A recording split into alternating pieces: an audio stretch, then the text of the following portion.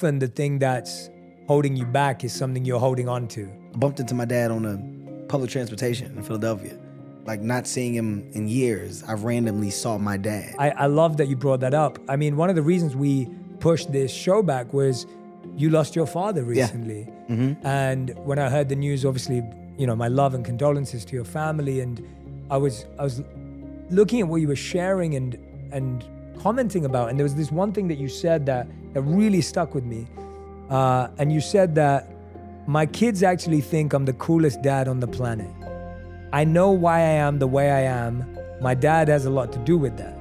The mistakes that my dad made, you know, the decisions to do drugs, being in and out of jail, in and out of your lives. I saw firsthand what not being present did because of that. I now know what being present means. Mm-hmm. I know what I can do. I know what effect it can have on your child coming up. But it sounded like, obviously, when you lost your father recently, it sounds like you'd reconciled, like you'd built somewhat of a connection. You know, me and my dad, we weren't the closest, but we weren't not close. My dad, at the end of the day, I'm going to love my dad for simply being my dad. Now, my dad's life, you know, had several different versions of drastic downs, right? A small amount of ups, but a lot of downs.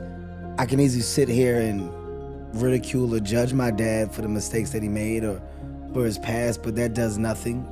I don't like to focus on problem. I focus on solution. Yes. So with me and my dad and our relationship, it was always one of solution. Like, you can't go back and fix the years that you weren't present. There is nothing that we can do about that time. We can have a conversation about it.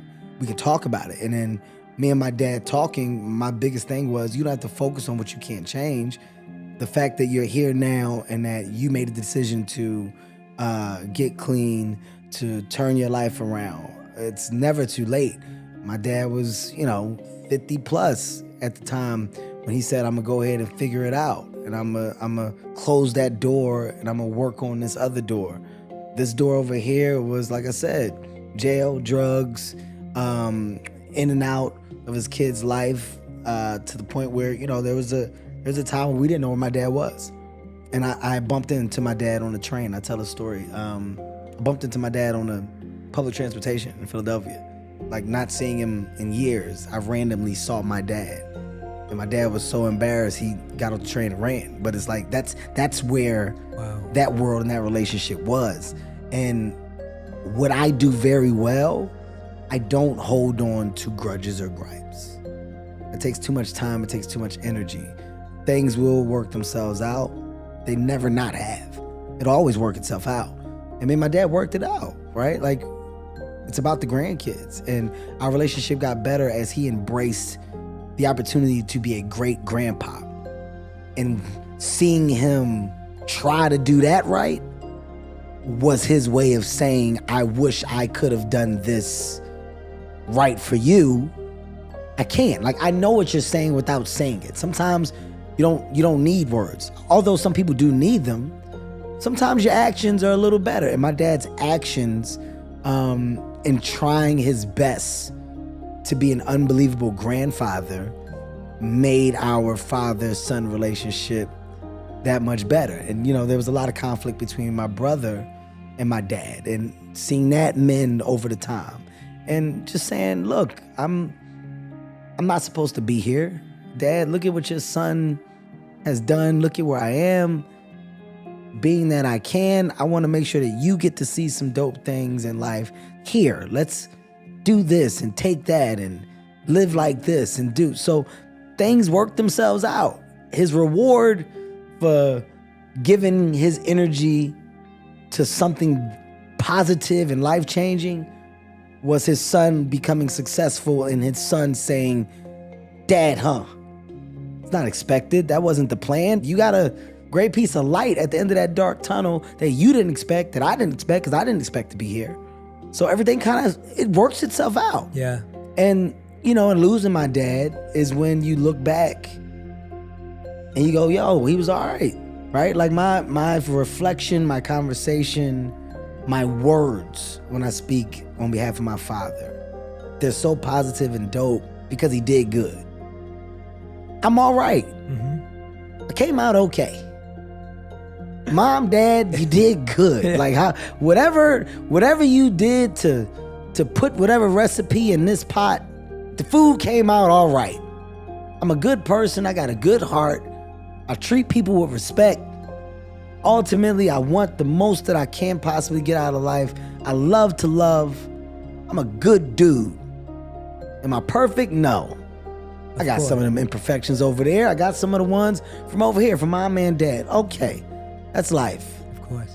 I'm going to figure it out, but I figure it out without the want or need for problem. That's real, man. I mean, listening to you say that, what I appreciate so much is about how you're changing our perspective again, that often we feel to heal, what was broken needs to be fixed. And actually what you've just said is seeing him try with the grandkids, that's not even the area that needed fixing or was broken, but seeing that starts to create some healing. That's the best example that I can ask for. Yeah. Because it's not about us, right? Like me and my ex-wife got to a point of realization, after having a significant amount of ups and downs, after our divorce, we got to a point where you realize it's not about us. Like we did it. We had our opportunity and we're now adults. How we choose to live as adults, well, that's a choice that we make, but we're trying to make the best choices so that they have a better life. So it's about them. When I see somebody making the efforts to make life for them better, well, then we're on the same page. Mm-hmm. We have the same vision. We got the same vision. Yeah. It's not about us at this point. It's not about us as a generation at this point. It's about us trying our best to do things, to create change, to move ground, shift the gears so that they have a much better opportunity than what we did. Yeah. That's the world of the baton being passed correctly. And if you understand that and you have that mindset, you approach your day-to-day differently. Mm-hmm. And I do have that mindset, and it's one thing that I'm very thankful for. And through the things that should be problems or were supposed to be problems, I've never held on to them long enough. And by the way, just bringing it back full circle, that's a monster. That grudge monster, that's a monster. That I'm gonna get you back. Wait, you just watch. I'm gonna hold on to that and I'm gonna prove to you, or I'm gonna show you, or I'm not talking to nobody over here. That's a monster. So you can fuel that monster, or that monster doesn't have to have an existence in me. It's really, really interesting hearing that perspective again, because, one of my favorite lessons that I've learned is that often the thing that's holding you back is something you're holding on to. Yes. It's one of my favorite lessons, the idea that something that's holding you back is you're holding on to it. So whether it's a grudge, like you're saying, the grudge monster, or a feeling or an emotion or an idea, that you're not allowing it to let go when it no longer serves you. And being able to walk away from that requires real strength and courage.